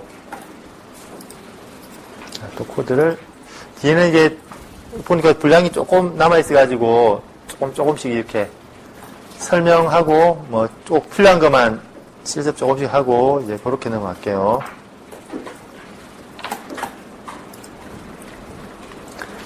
자, 일단 이 세 번째 문제 이거 한번 볼까요? 이게 결국 뭘 하고자 하는지를 한번 볼게요. 시그널 모듈레이션이에요. 모듈레이션. 시그널 모듈레이션 중에 여러분들이 요즘 라디오 있죠, 라디오. 요즘은 옛날에는 뭐가 있습니까? AM하고 FM 있었죠, 그죠? 그죠? 그래서 AM은 신호를 어디다 싣습니까? 앰플리튜드 모듈레이션, 그죠? 그래서 신호를 특정 주파수의 앰플리튜드 크기에 실어요, 신호를. 그리고 FM은 프리퀀시 모듈레이션 해가지고 신호를 주파수에 실어요. 그렇게 보내는 방식인데, 그게 보통 시그널 모듈레이션이 그죠? 여기서 나온 게 무슨 방식이냐면, 신호가 있다고 생각하면 거기다가 코사인을 곱합니다. 다시 말하면 여기는 앰플리튜드의 신호를 신다고 보면 돼요. 그래서 시그널 모듈레이션. 그래서 실제 원래 신호는 이런 모양이에요. 이렇게 익스포네셜 마이너스 t 같으면은 이런 식으로 이렇게 나오죠, 그죠? 그냥 이렇게 나옵니다, 그죠? 뿔처럼. 근데 거기에 코사인 10t를 곱했습니다. 그러면은 이렇게 막 10t가 실렸죠, 그죠? 그죠? 이렇게 실렸어요. 그럼 파형이 이렇게 나와요. 이렇게 나온다는 말은 주변에서 가만히 보면 원래 익스포네셜 요 t 같은 경우는 굉장히 뭐 저주파처럼 보이죠, 그죠? 별 움직임도 없고. 그래서 실제로 요 모양은 여기 거의 DC에 있어요, 모양이. 그런데 우리가 코사인 10t를 곱하면 어떻게 되냐면 10t에 해당하는 만큼 얘가 어떻게 됩니까? 시프트를 해버려요. 주파 경력에서 시프트를 합니다. 그래서 요게 프리퀀시 시프트 시키는 거예요. 시그널 모듈레이션 중에 AM에 해당되겠죠, 그죠? 그래서 신호가 있으면 그걸 특정 주파수를 곱해버리면 그 곱한 주파수만큼 주파 경력에서 시프트를 시킵니다. 그래서 원래는 여기 DC에 있었던 게 이렇게 가해로 움직입니다. 항상 이쪽은 거의 모양은 복사판이죠. 페이지는 다를 수가 있어요. 그런데 어쨌든 크기는 여기 복사판으로 되어 있습니다. 그래서 이렇게 시프트 시키는 거. 얘가 20을 곱하면 어떻게 됩니까? 20으로 더 멀리 가겠죠? 그죠? 그래서 AM이 무슨 년 잘하는데도 800 몇 kHz죠, 그죠? 그럼 800 몇 kHz의 신호를 곱해가지고 원래 우리가 보내고자 음성 신호를 800 몇 kHz대로 그냥 옮겨버려가지고 보내는 겁니다, 그죠? 네, 그런 식으로 주파수 시프트 시키는 거예요. 그래서 실제로 요 원래 있는 값이 코사인 곱함으로써 이렇게 시프트 된다는 걸 보여주고 있는 그런 샘플이에요. 그래서 나중에 이렇게 신호할 때 신호를 어떤 특정 영역으로 옮기고 내리고 할 때 써야 되겠죠, 그죠? 그럴 경우에 쓸 수 있습니다. 그래서 요 샘플은 제가 한번 보여드릴게요. 자, 랩이 번호가 몇 번입니까?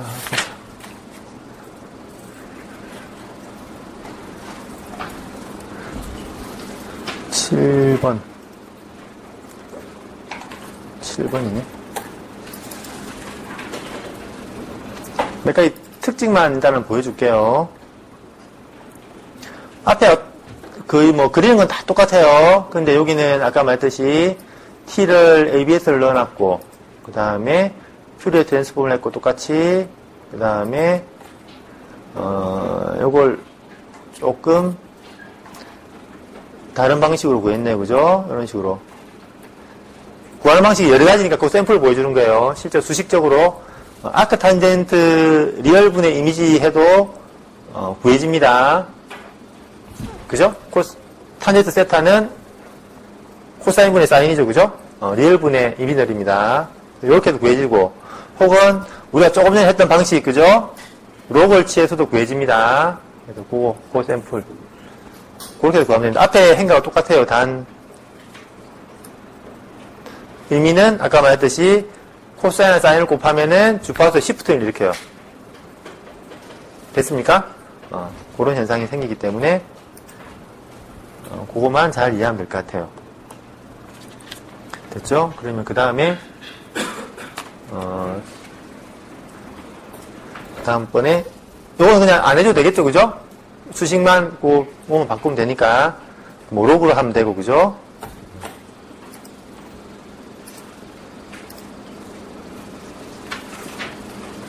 그 다음에 예제입니다. 예제. 요거는 램프 시그널. 램프는 여기 있는 파형처럼 어떻습니까? 이렇게 1차로 쭉 올라가는 겁니다. 즉 유닛 스텝을 적분시키면 올라가는 거 똑같죠, 그죠? 그런 식으로. 그래서 X2 모양은 이렇게 돼 있어요. 이렇게. 그래서 얘를 가지고 우리가 그 코사인을 곱해가지고 실제로 이제 퓨리어 트랜스폼에서 매그니튜드를 한번 보자 그 말이에요. 그래서 아까 말한 그걸 조금 더 똑같은 방식입니다. 시그널 모델링. 그래서 요걸 그 책에 샘플이 있죠, 그죠? 코드가 있으니까 요걸 한번 수행을 시켜보세요. 그래서 실제로 오리지널 파형, 그 다음에 코사인으로 해가지고 시그널 모듈레이션, 주파수 시프팅 시킨 거. 그래서 실제로 주파수, 오리지널 주파수, 얘는 코사인에서 시프팅된 주파수. 이렇게 나옵니다. 요 샘플을 한번 해보세요. 책이 있으니까.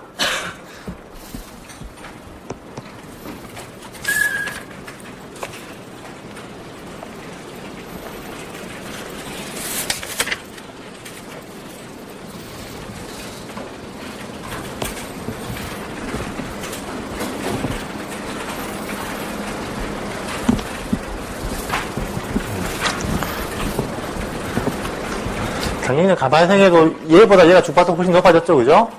움직임이 빨라졌죠. 그래서 당연히 주파수가 높아지는 건 당연한 것 같아요. 그래서 주파수는 얼마나 빨리 움직이느냐. 그거와 관련이 있으니까.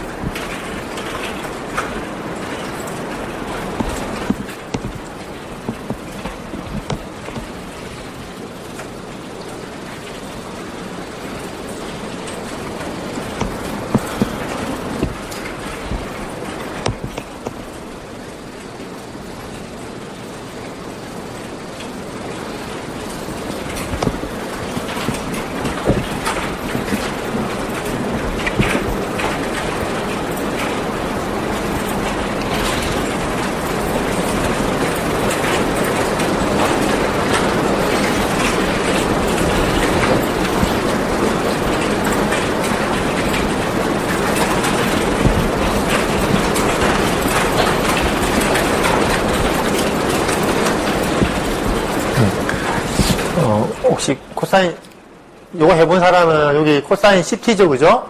예를 들면 뭐 5, 20, 100, 이렇게 막 바꿔보세요, 마음대로. 얘를 한번 바꿔보십시오. 그러면 실제로 얘가 어떻게 또 반응되는지, 예상대로 반응이 되는지, 뭐 10t 혹은 뭐 20t 코사인, 그죠? 저를 한번 바꿔서 5t 바꿔보면 되겠죠, 그죠?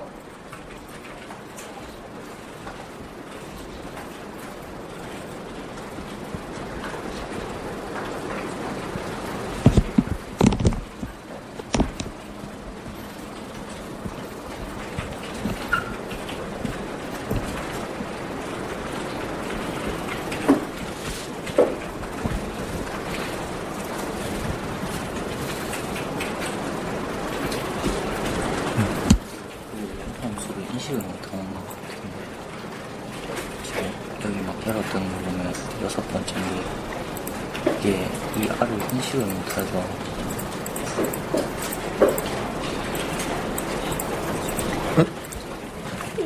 예제 그래 안 돼요. 이제 요거는 수식이고, 이게 램프 수식이고, 진짜 이렇게 만들어줘야죠, 이렇게. 그러니까 이렇게 구간을 잘라가지고, 구간을 잘라가지고, 1차 함수 형식으로 식을 써서, 그래 만들어줘요.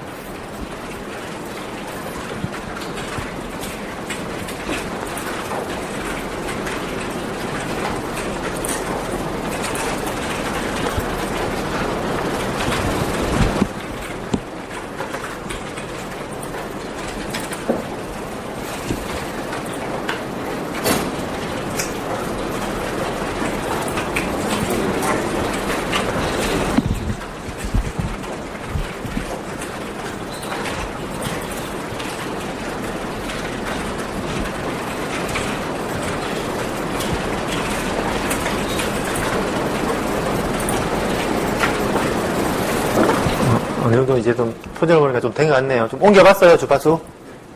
잘 옮겨가나요? 그런 식으로 옮기면 됩니다. 원하는 만큼 신호를 옮길 수가 있어요. 이 옮기는 걸 어디에 쓰느냐? 요즘도 뭐 옛날에 그럼 AM만 쓰고 안 쓰는 거 아니냐? 요즘도 많이 씁니다. 그래서 특히, 어떤 경우 그 서브밴드로 나눠서 쓰는 신호 처리에서는 많이 써요. 아직도. 그러니까 어떻게 쓰느냐? 예를 들면,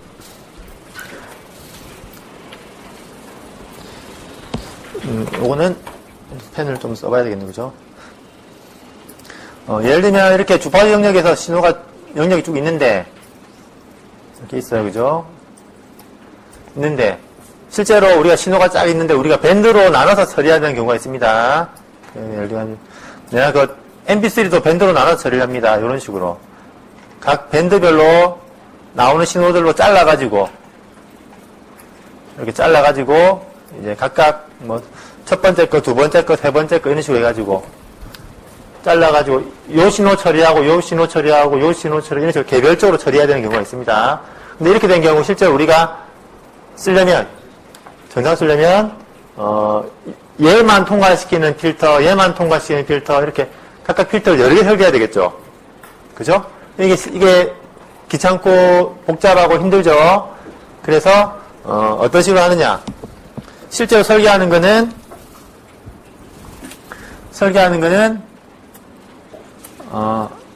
로페스 필터 하나만 딱 설계해놔요. 그래서 어떻게 합니까? 위에 걸 뭐 코사인 곱해가지고 저주파용률로 땡겨버립니다. 그래서 뽑아내면 되겠죠? 그 다음 거 땡겨서 뽑아내고 그 다음 것도 땡겨서 뽑아내고 이런 식으로 땡겨서 뽑아내면 되겠죠, 그죠? 이런 식으로 쓸 때 보통 뭐 코사인이나 이런 걸 통해 가지고 주파수 시프팅을 시켜버립니다. 그래서 하나씩 뽑아내면 되죠. 뽑아낸 거 다음에 또 그 복호할 때, 즉 원래 디코딩 할 때 어떻게 하면 됩니까? 원래 위치로 다시 옮겨 넣으면 돼요. 그죠? 그럼 되겠죠, 그죠? 이때도 마찬가지로 코사인 사인을 곱하면 됩니다. 이런 식으로도 처리를 많이 합니다. 서브밴드에서 처리할 때. 위에 있는 신호들을 뭐 저주파용으로 땡긴다든지, 혹은 옮긴다든지, 이렇게 각각의 필터 여러 개 쓸 수 없이 하나만 가지고 저런 처리를 합니다. 그럴 때 이런 것들이, 성질들이 다 쓰입니다. 이해됐습니까? 코사인 이용해서 여러분 그 신호를 시프트 시키는 거, 움직이는 거죠? 요거 해봤습니다. 가만히 보니까 안 쉬고 있는데 10분 쉬었다 할까요? 10분 쉬었다 합시다.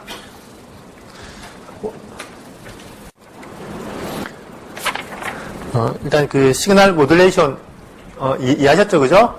그래서 실제로 코사인이나 그러니까 주파수 성분이 있는 걸 곱하면은 그 해당하는 만큼 시프트가 되거나 이런 것들, 원하는 주파수 대역으로 뭐 신호를 옮기고 싶을 때, 이런 처리가 필요할 때 코사인이나 뭐 사인에도 옮겨집니다. 근데 주로 코사인, 사인 페이지가 좀 약간 틀려서 그렇지.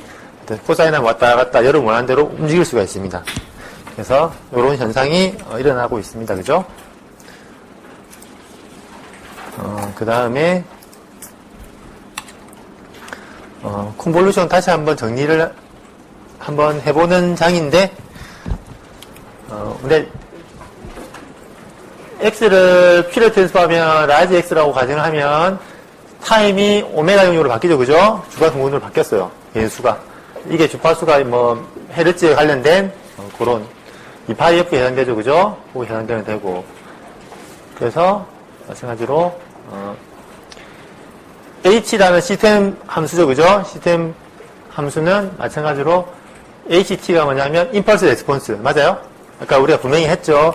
임펄스를 넣으니까 주파 영역에서 거의 DC처럼 플랫한 형식의 주파 성분을 가졌어요, 그죠? 아까 말했죠. 쫙 쪼으면은 쫙 늘어나가지고 이제 DC가 되겠죠.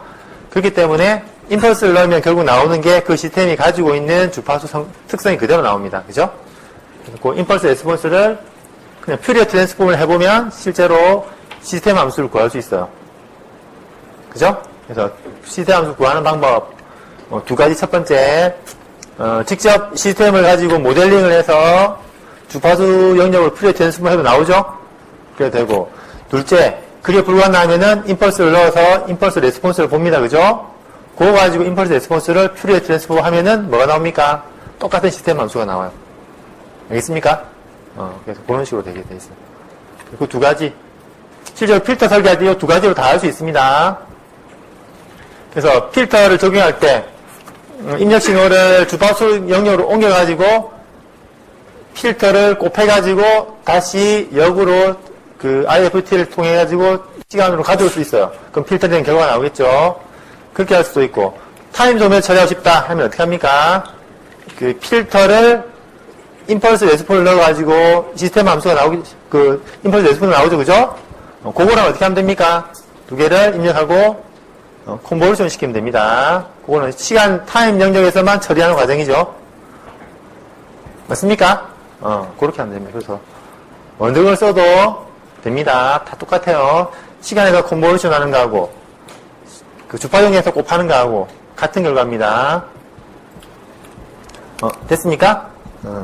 그래서 여기서 뒤에서 나중에 하겠지만 아까 우리가 시간하고 주파용하고 서로 비슷비슷했죠? 그래서 이거 똑같아요. 그러면 시간 내에서 곱하면 어떻게 됩니까? 주파 영역에서 어떻게 됩니까? 컨볼루션이 돼요. 알겠습니까? 그래서 아까 우리 다시 한번 그걸 보고 다시 한번 볼까요? 원래 이제 얘하고 뭐하고 컨볼루션 된 겁니까? 사인 t 할 때 우리가 요거 하나하나 탁탁 델타 t였죠, 그죠? 그 두 개가 컨볼루션 해가지고 이렇게 나온 겁니다, 사실은. 알겠습니까? 그렇게 하면 됩니다. 그래서 한쪽은 컨볼루션, 하나는 곱하기, 요 두 개가 서로 같이 존재한다고 생각하면 됩니다. 됐습니까? 그래서 컨볼루션 여기 됐죠, 그죠? 그래서 가끔 이런 경우도 있습니다. 이게 뭔가 시스템이 있는데 뭔지 몰라요. 어떤 시스템을 이제 예전에 그런 경우 있었어요.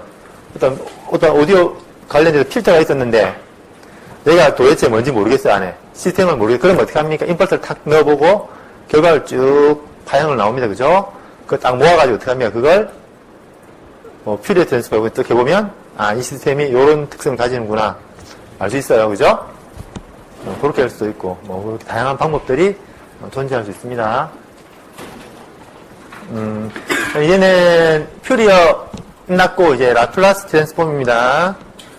그래서 요거는 앞에하고 비슷한 방식이에요. 어차피 똑같이 주파수 도메인으로 옮기는 거예요. 옮기는 방식인데 여기다가 보자. 똑같이 입력 신호에다가 익스포넨셜을 곱해가지고 적분하는 형식으로 똑같아요.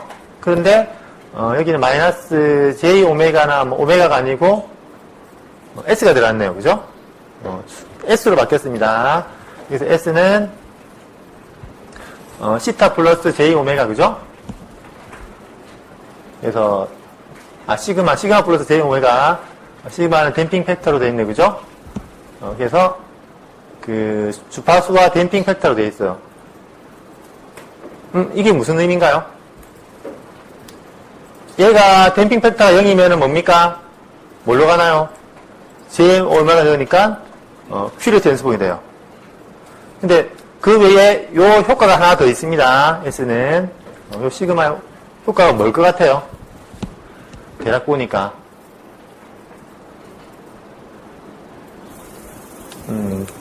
주파수와 관련된 것 같지도 않고 맞아요?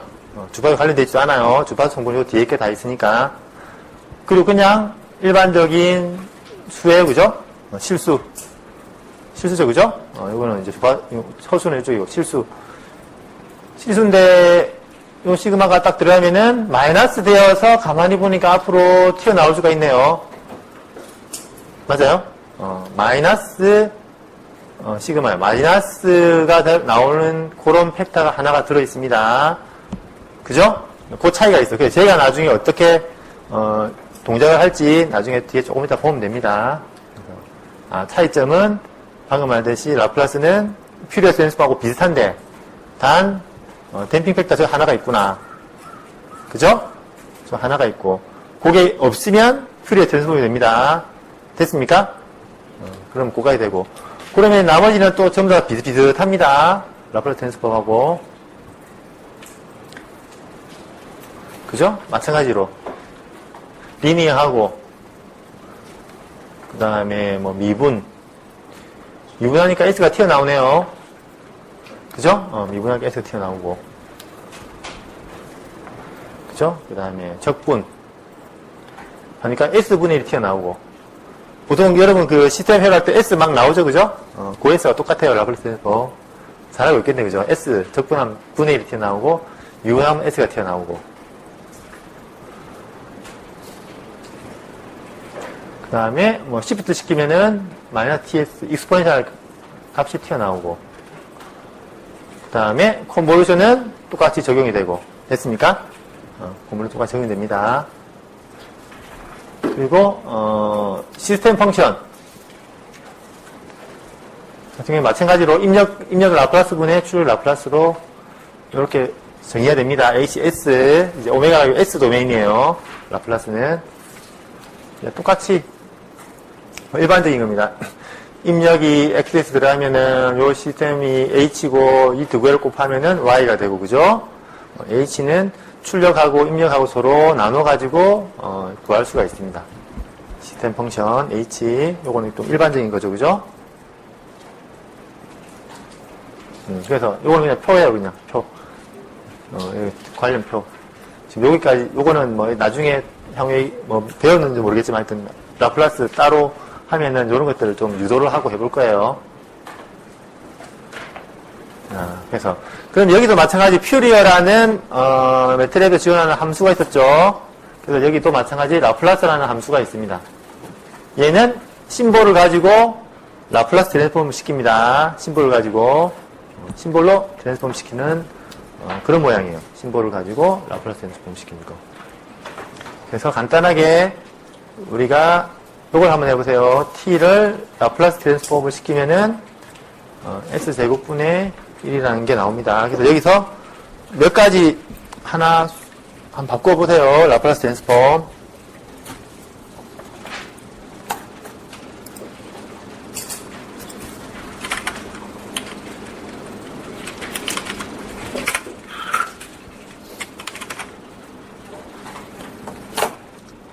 다음에 이와 같이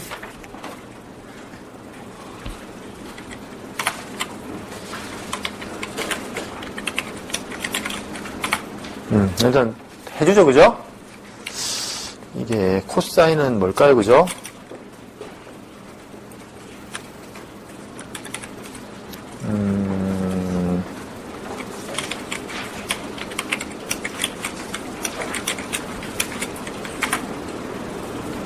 하여튼 쭉 나오네요, 그죠? 아마 잘 계산했겠죠, 그죠? 우리가 굳이 또 따로 의심 가져올 필요 없이 잘 했을 거라 생각이 됩니다. 그래서 라플라스라는 요 함수를 이용해가지고 여러분들이 원하는 라플라스 트랜스폼을 시킬 수가 있어요.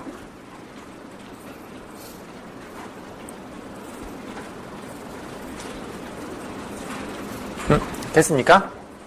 자, 그러면은 다음 페이지 이제 몇 가지 델타, 유닛 스텝, 펄스 요 세 가지에 대해서 라플라스 트랜스폼을 한번 시켜보세요. 요 3개, 1개, 2개, 3개. 아마 알아서 잘 해줄 겁니다. 그래서 큰맨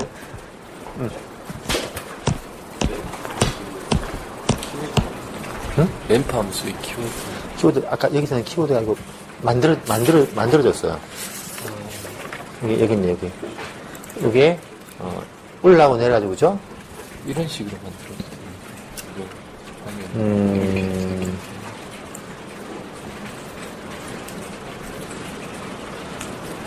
되는 그러니까 왜냐면, 내가 구간을 잘라야 되잖아요, 그죠? 요 구간 함수 모양이 다르잖아요. 그래서 얘가 이걸로 요 구간, 이게 두 구간을 나눴어요. 무슨 알겠죠? 그래서 요 구간에서는 이 함수, 요 함수, 요 구간에서는 요 함수, 요렇게 붙여야지. 이거는 동시에 올라올 수가 없잖아요, 이거는. 램프 함수 만들 때 따로 있는 게 아니라 이런 식으로 만들어, 이런 식으로. 예. 그러니까 구간이 요즘에 이렇게 돼 있으면 그냥 수식을 써서 하면 되는데, 그러니까 구간을 잘라줘야 되기 때문에, 이렇게 구간을 잘라가지고.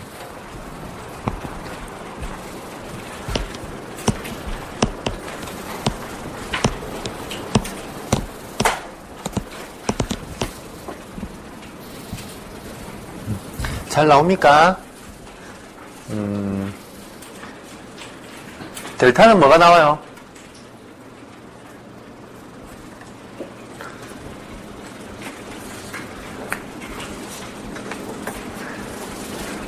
봅시다. 궁금하네요, 그죠?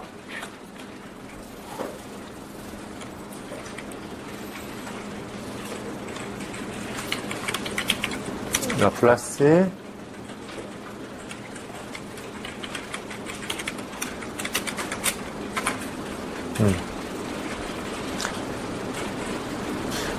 유닛 스텝은 S분의 1이 나오네요. 그죠? 유닛 스텝은 S분의 1. 그 다음에 델타 펑션은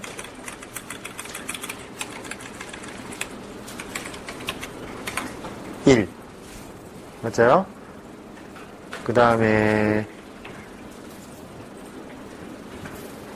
틀림없이 사각판은 싱크비탈이 나오겠네요. 맞습니까? 흔히 예상하게. 맞습니까? 라플라스하고 좀 비슷하죠, 그죠? 하여튼 그렇게 나오겠죠. 자, 여기도 나온 게 하나 있죠. 뭡니까? 똑같이. 델타를 넣으면 어차피 플랫한 DC가 나옵니다. 라플라스도 마찬가지고, 그죠? 그래서, 여기 보면, 델타 펑션은 사실은 0부터 폭은 없고 길이는 무한대니까 이 기울기가 측정이 불가하죠, 사실은. 그죠? 그래서 엄청나게 빠를 때 그 안에 모든 주파수이 다 들어있다 보면 됩니다. 그죠? 그래서 이렇게 이런 식으로 됐습니다. 그래서 라플라스 트랜스폼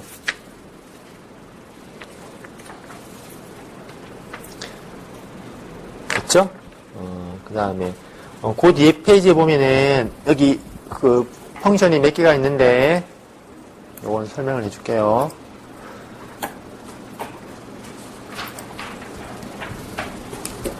여기는 그냥 여러분이 나중에 뒤에 이렇게 라플라스 트랜스폼하고 그림 그리고 이럴 때 좀 편하라고 만들어 놓은 거예요. 그래서 프리퀀시 Z 요거 뒤에 설명이 되어 있습니다. 책 뒤에. 어차피 헬프에도 나오고 하는 거니까 책 뒤에 이게 순서가 뒤로 가 있더라고요. 49페이지에 보면은 FREQS라고 있어요. 이거는 S 도메인에서 쓰는 거예요.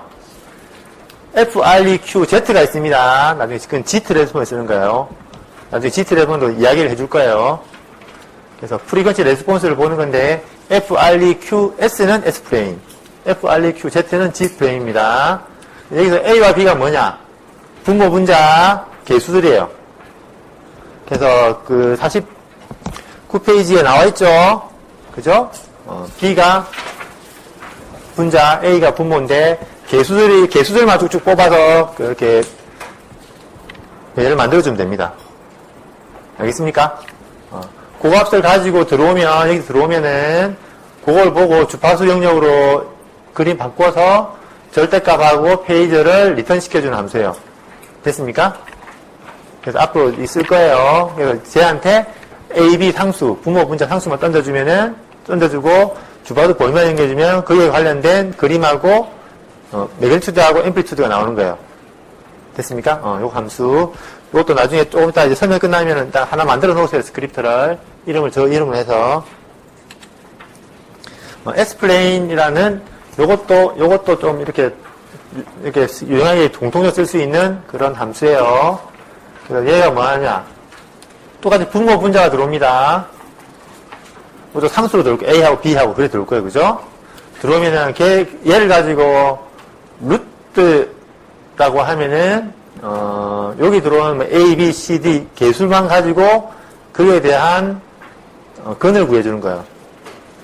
그래서 솔브도 있는데 뭐 그거하고 또 다르죠. 솔브는 여러분들이 심볼을 이용해서 넣어주면 그걸 하는 거고 얘는 A, B, C, D 관련된 그 개수만 넣어주면은 그에 관련된 결과를 나타내는 겁니다. 이거 나중에 한번 보여줄게요. 똑같이 분자에 있는 건 제로고 위에 있는 건 분자가 0인 건 제로가 되죠. 분모가 0인 건 뭐가 됩니까? 무한대가 되죠. 그죠? 폴입니다. 그래서 분모가 0이 돼버리면 값이 무한히 크기 때문에 이걸 폴이라고 해서 분모가 제로가 되는 건 폴이고 그 다음에 요거 두 개를 가지고 해서 얘들이 그림 그릴 범위를 정하고 그 다음에 실제로 이제 그림 그릴 범위를 구합니다. 가로 세로 쫙 구하고 그러고 나서 얘들이 뭘 해주느냐 폴과 제로를 찍어줘요. 그림에다가 그 함수예요. 그래서 실제로 얘를 수행시키면 분모 분자만 딱 주면은 거기서 나타나는 폴하고 제로를 그래프상에다 탁탁 찍어줘요. 그 함수입니다. 그래서 나중에 한번 뒤에 가면은 이걸 프로그램 짜면서 얘를 불렀습니다. 그래서 얘를 부르면 그림에 폴 제로를 찍어주는 그림이고 앞에 거는 요거는 프리퀀시 레스폰스를 하고 찾아주는 거예요. 그죠? 함수 두 개. 됐습니까? 요거는 그대로 쳐서 스크립트로 만들면 됩니다. 그럼 거기 하기 전에 우리가, 자, 보자. 이 중에 안 써본 게, 루트라는 거 안 써봤죠? 그래서 루트만 한번 잠시 써볼게요. 어떻게 쓰는지. 자, 루트. 얘가 개수가 들어간다 그랬죠, 그죠? 그래서 말고 x 빼기 1 하면은, x가 1이고, 빼기 1이니까 마이너스 1이죠. 결과가 뭐가 나올까요? x 빼기 1의 그는 잠깐만요. 루트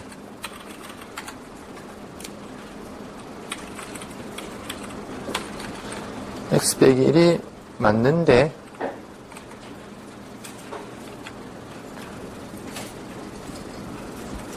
이거 내가 판결 건드렸나? 루트 맞죠? 클리어. S 빠졌다. S가 빠져 그러네요. 죄송해요. S가 빠져 그러죠. 그럼 1 맞죠, 그죠? 이렇게 가끔 실수도 해야지 여러분들이 더 좋은 지적도 해주고, 그죠? 그래서 S 빠졌네요. 그러면 X 빼기 1의 근은 1이죠? 이렇게 나옵니다. 그리고 그래서 아까 AB라는 게 그 S에 대한 상수만 순서대로 넣으면 돼. 높은 것부터 낮은 데까지. 그리고 예를 들면은 뭐 2x제곱 플러스 x 빼기 1은 이렇게 나오네. 그죠? 근이 2개. 맞습니까? 이제 한 3차까지 한번 가볼까요? 7. 잘해줄란가? 근 3개. 맞아요? 이런 식으로 하는 게 루트입니다. 이것도 나중에 유형에 쓸 수 있겠죠? 그죠? 그래서 이게 루트입니다. 자, 됐고. 자, 그럼 그 다음은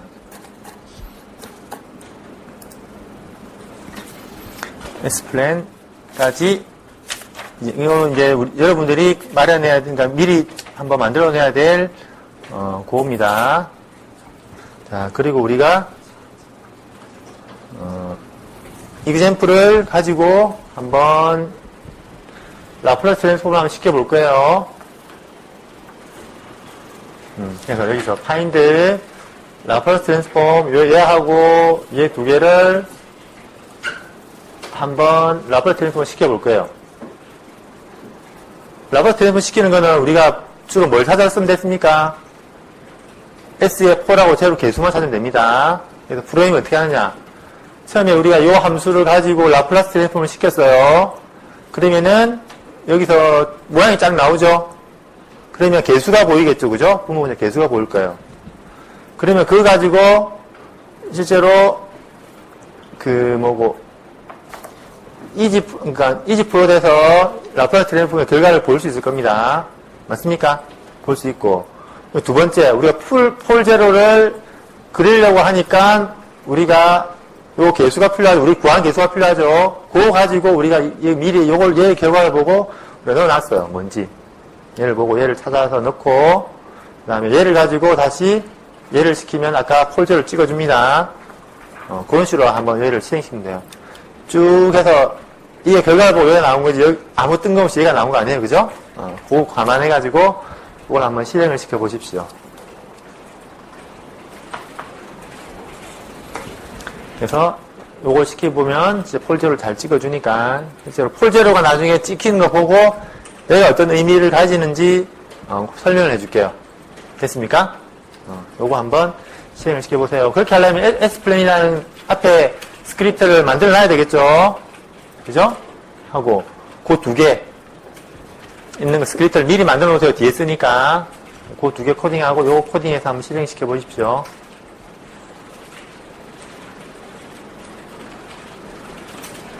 됐습니까?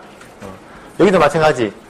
요 두 번째에 대한 라플라스 트랜스폼 요 분모 분자의 개수가 뚝딱 하늘에 떨어진 게 아니고 여기 나온 결과를 보고 요 개수를 맞춰 놓은 겁니다.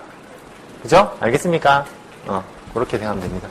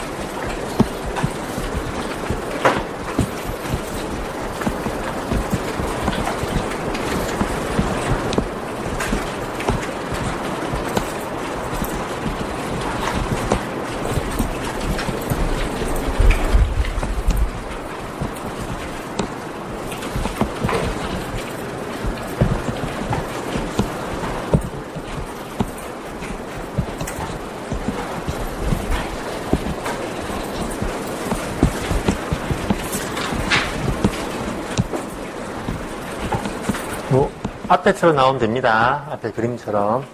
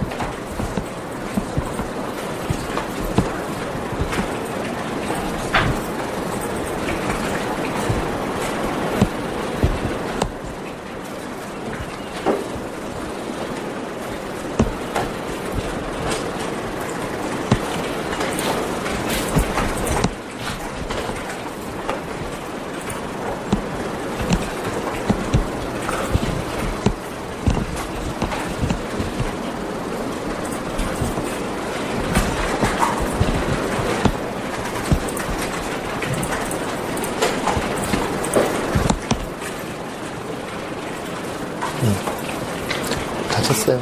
수로 만들어야 되는 건지. 아, 그냥 스크립트로 만들면 돼, 스크립트. 여기 있는 그대로. 아까 앞에 요거 스크립트 요 두 개. 지금 요거 필요한데. 스크립트 .m으로 해서. 아까 앞에 splan.m 하고, frequency s.m은 그냥 m 파일 스크립트로 해가지고 그대로 치면 됩니다. 그러면은 불러서 써요. 여기서. 그래서 있는 그대로 하면 됩니다. 그래서 뭐 이게 뭐 불렀는데 없다 이런 게 아니고 그 m 파일 스크립트로 넣어주면 그 스크립트를 불렀습니다.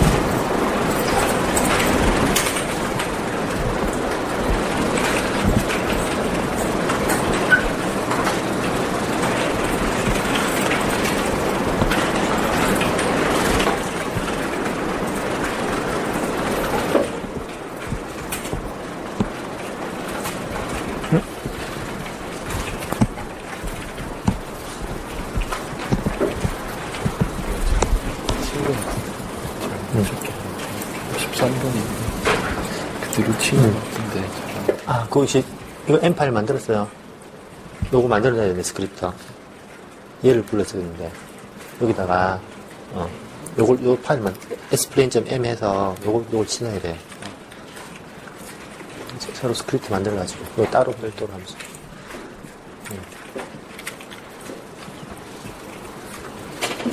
뭐, 이대로.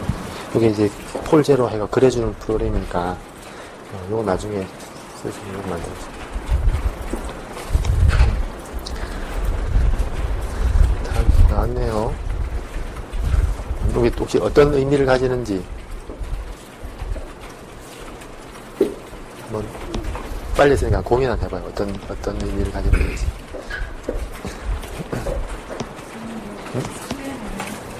네? 아, 요 M 파일을 만들어줘요. 스크립트를 따로, 요걸. 이거 안 만들었죠? 네. 요걸 따로 만들어줘야 돼. 요것도 나중에 만들어줘야 돼. 뒤에 쓸 거거든요. 이거 불러 쓸 거니까. 그래서 지금 있는 저 파일 말고 앞에 splen.m 있죠, 그죠? 오늘 봤던 거, 그 파일로 스크립트를 하나 만들어줘야 돼요. 그래서 그 파일을 불러 쓸 겁니다. 이 파일에서. 그래서 스크립트를 여기서는 2개 필요하고, 나중에 뒤에 가면 프리퀀시 s. 그것도 필요해요. 그릴 때. 그래서 따로 하나 더 만들어줘야 돼요. 그래서 이제 몇 명씩 이제 그려졌네요. 그죠? 이렇게, 혹시 저 그림 나온 사람 보면 저게 또 어떤 의미가 있는지 한번 다른 사람은 곰곰이 한번 생각해 보세요.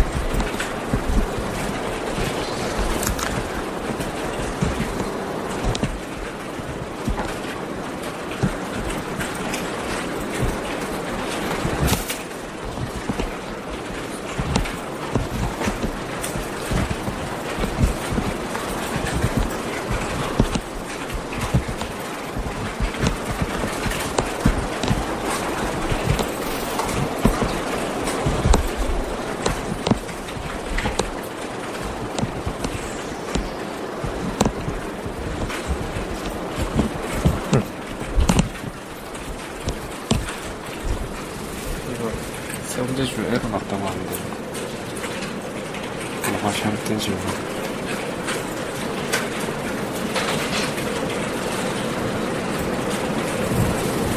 펑션을 빼봐요, 펑션. 아니.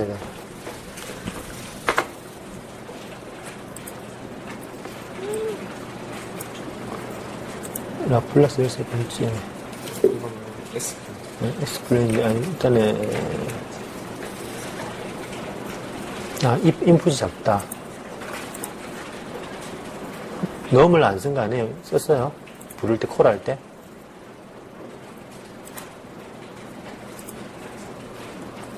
요거 말고, 이렇게 얘를 받았는데, 얘가 뭐 아마 아무 행렬은 빈행렬 들어온 거 아니에요, 혹시?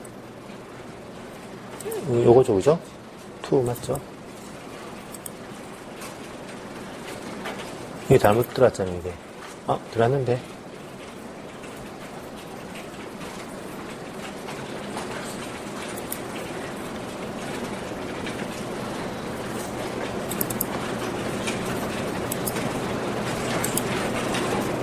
들어가면 돼야 되는데. 잠시만요. 클리어 올 시켜가지고 다시 하는 클리어. 그 다음에, 여기 다시 실행시켜봐. 그걸 실행시키면 안 되고, FFT를 실행시켜야지. 보고. 여기까지 나왔는데,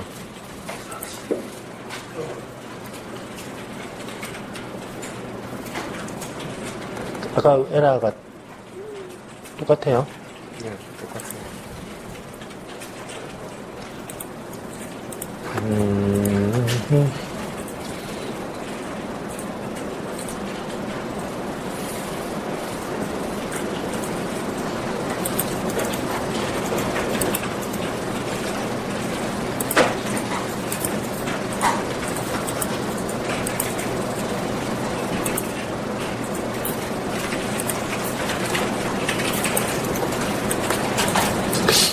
왜 안 나지?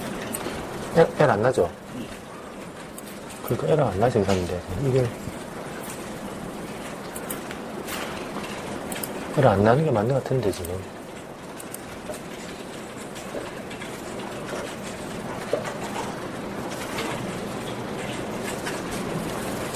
일단 한번 고민을 해볼게요, 일단. 이거 일단 먼저 마무리 정리하고, 그때 한번. 이제 잘 나옵니까? 일단은 안 나오는 사람도 있지만, 이거 나중에 확인해보고 왜 안 나오는지. 그림 저렇게 나와요? 나오죠? 지금 무슨 말이에요? 자, 우리가 분명히 S플레인으로 넘어갔어요. 그러니까 좀 풀이의 트램은 다르고. 그래서 여기서 요걸 잘 볼 필요가 있습니다. 우리가 퓨리어 트랜스폼을 했죠? 맞습니까? 근데, 우리 라플라스 트랜스폼 할 때 우리가 S로 바꿨어요. 거기서 우리가 시그마를 0으로 두면 뭐가 됩니까? 퓨리어 트랜스폼이 됐죠, 그죠? 그래서 여기서 가만히 보면, 시그마가 0인 이 영역이 뭡니까? 요 위에 있는 값들이 뭐냐면, 퓨리어 트랜스폼이에요. 그래서 S플레인 상에서 Y축을 따라가는 게 퓨리어 트랜스폼입니다. 됐죠, 그죠? Y축을 쭉 따라가는 퓨리어 트랜스폼이 Y축에 있어요. 실제 시스템에 관련된 특성이나 실제의 시스템은 요 위에 존재하고 있습니다. 퓨리어 트랜스폼. 그죠? 돼 있고. 그죠? 여기 퓨리어 트랜스폼. 여기는, 세로 폴 두 개 있죠, 그죠? 여기 있죠, 그죠? 여기 퓨리어 트랜스폼입니다. 그럼 거기다 우리가 플러스 시그마를 이용해가지고 요 영역을, 요쪽으로 영역을 더 확장을 시킨 겁니다. 퓨리어 트랜스폼에서. 근데 어떻게 확장시켰느냐? 시그마가 앞으로 어떻게 나옵니까? 마이너스 시그마로 나옵니다. 맞아요. 사실은 그게 개인과 관련 있는 거예요. 개인과 관련 있고, 그리고 우리가 기본적으로 폴이 있죠, 그죠? 폴. 그죠? 폴은 아까 분모가 0이 돼서 무한대로 올라가는 거예요, 그죠? 그러면 일반적으로 시스템이 무한대로 넘어가면, 개인이 무한대로 가면 틀림없이 문제가 생기죠. 폭주하죠, 그죠? 맞죠? 근데 여기는 폴이 분명히 있습니다. 근데 이게 문제가 될 수가 없을 수도 있어요. 물론 있을 수도 있지만. 일단 첫째, 예를 들어 만약에 이 폴이 여기 퓨리어 트랜스폼 상 위에 있었으면 반드시 문제가 될 거예요. 기타 시스템 특성 자체가 이제 문제가 있는 거예요, 그죠? 어느 특정 주파수를 넣으면 얘가 완전히 개인이 무한대로 가가지고 큰일 나는 겁니다, 그죠? 근데 다행히 1차적으로 여기에 없습니다. 그래서 일단은 요거는 괜찮아요. 근데 폴은 여기에 있어도 괜찮아요. 여기 있으면 괜찮아요. 왜 여기는 안 돼요? 여기는 돼요? 폴이라는 게 무한대로 개인을 가져가는 건데, 그죠? 근데 왜 여기는 괜찮고 여기는 안 괜찮을까요? 왜 여기는 괜찮고 여기는 안 괜찮냐면, 요 시그마가 분명히 아까 말했죠. 익스포넨셜 마이너스 시그마로 개인이 태어나와요. 그게 시그마가 플러스 된다는 말은 무슨 말입니까? 넘어가면 넘어갈수록 실제 개인보다 개인을 줄이는 거예요, 그죠? 관계를 줄이는 현상이 생깁니다. 이쪽 영역은 개인을 원래보다 조금 줄인다고 보면 돼요. 줄이는 영역, 갈수록. 이쪽은 실제 개인보다 키우는 영역이에요. 그죠? 키우는 영역이고 줄이는 영역이죠. 근데 우리가 이쪽에 폴이 있다 하면은 실제보다 개인을 키우니까 문제가 되더라. 그건 괜찮아요. 그죠? 실제 개인이 1밖에 안 되는데 0.5밖에 안 되는데 내가 강제로 3배를 키워가지고 1.5가 돼가지고 폭주가 됐어요. 그거는 문제가 사실은 없다고 볼 수 있는 거죠, 그죠? 실제 상은 아니니까. 맞습니까? 그래서 여기 폴에 있는 건 괜찮아요. 근데 여기에 폴이 있으면은 무슨 의미냐면 현재 개인보다 이걸로 막 줄였음에도 불구하고 뭐가 일어납니까? 폭주가 되는 거죠, 그죠? 맞습니까? 그럼 문제가 되는 거죠. 그죠? 그래서 실제적으로 이쪽에 폴이 있으면은 문제가 됩니다. 여기 폴이 있으면 일단 괜찮아요. 그래서 S 도메인에서는 실제로 어딥니까? Y축 기준에서 왼쪽 편이죠, 그죠? 왼쪽 편에는 폴이 있어도 되고 오른쪽 편에 폴이 있으면은 이제 시스템이 불안한 거예요. 그러겠죠, 그죠? 강제로 열심히 막 감소를 시켰는데 불구하고 얘가 이상하게 막 폭주해버리면 문제가 있는 겁니다. 스테빌리티가 없는 거예요, 그죠? 그래서 일단 여기는 괜찮고. 그래서 S 도메인상에는 항상 폴이 위치가 오른쪽에 있으면은 언스테이블한 거예요. 시스템이 문제가 있는 거고. 좌측에 있으면 스테이블한 거예요. Y축에 있어도 스테이블한 거죠, 그죠? 일단 시스템 자체가 문제가 있다는 거니까. 자, 요 이제, 그건 이해됐죠, 그죠? 각자로 개인을 줄이는 편이고, 한쪽은 늘리는 편이고. 그죠? 그러면은, 일단 또 하나. 기본적으로, 폴 근처에 가면 갈수록 어떻게 되나요? 개인이 커지겠죠? 폴 가까이 가면 커집니다. 제로에 가까이 가면 작아지겠죠? 맞습니까? 제로 가까이 가면 작아지고, 폴 가까이 가면 커져요. 그래서 얘는 폴도 여기 있고, 제로가 여기 있습니다. 그래서 어쨌든 쭉 갔을 때 크게 문제 없이, 괜찮은 편인데, 얘는 폴이 여기 있죠? 그죠? 틀림없이, 여기가 실제 상황이랬죠? 그죠? 필드 트랜스폼. 쭉 가다 보면 위로 올라갈수록 제로에서 멀어지고 폴에 가까워지죠? 그죠? 그럼 틀림없이 어떻게 될까요? 개인이 커지겠죠? 언제? 이 시점에서 거의 제일 커질 거예요. 맞습니까? 그럼 이 시점이 대략 얼마일 것 같아요? 얼마 같아요? 우리가 곱한 코사인 값이에요. 그죠? 예, 코사인 값이 여기에 존재하고 있습니다. 코사인을 곱해서. 그래서 쭉 가다 보면 이 코사인이 있는 요 근처에서 이렇게 개인이 가진 커졌다가 다시 줄어들겠죠? 그죠? 밑에도 마찬가지. 쭉 가다 보면 요 근처에 있을 때 개인이 제일 커졌다가 갈수록 줄어들겠죠. 맞습니까? 그래 예상이 되죠. 그래서 실제 얘를 필요 트랜스포하면은 요 주위에 이렇게 볼록볼록 올라가는 형태가 될 거예요. 그래 되겠죠. 그래서 실제로 보면은 필요 트랜스포보다 라플라스 트랜스포 하면은 시스템을 이렇게 좀 분석하거나 해석할 때 굉장히 여러 가지 좋은 정보들을 더 많이 얻을 수가 있습니다. 그래서 시스템 분석할 때는 퓨리어 트랜스폼하고 라플라스 트랜스폼 많이 쓰죠? 그죠? 그렇게 생각하면 됩니다. 그래서, X플레인 상에서 딱 보면, 일단은 Y축이 퓨리어 트랜스폼, 실제함 수지만, 그 실제함 근수의 폴이 근처에 가까이 오면은, 개인이 그쪽이 커져요. 제로가 근처에 오면은, 그쪽 개인이 줄어들어요. 그래서 그렇게 해서 뭘 설계합니까? 실제로 필터를 설계해요.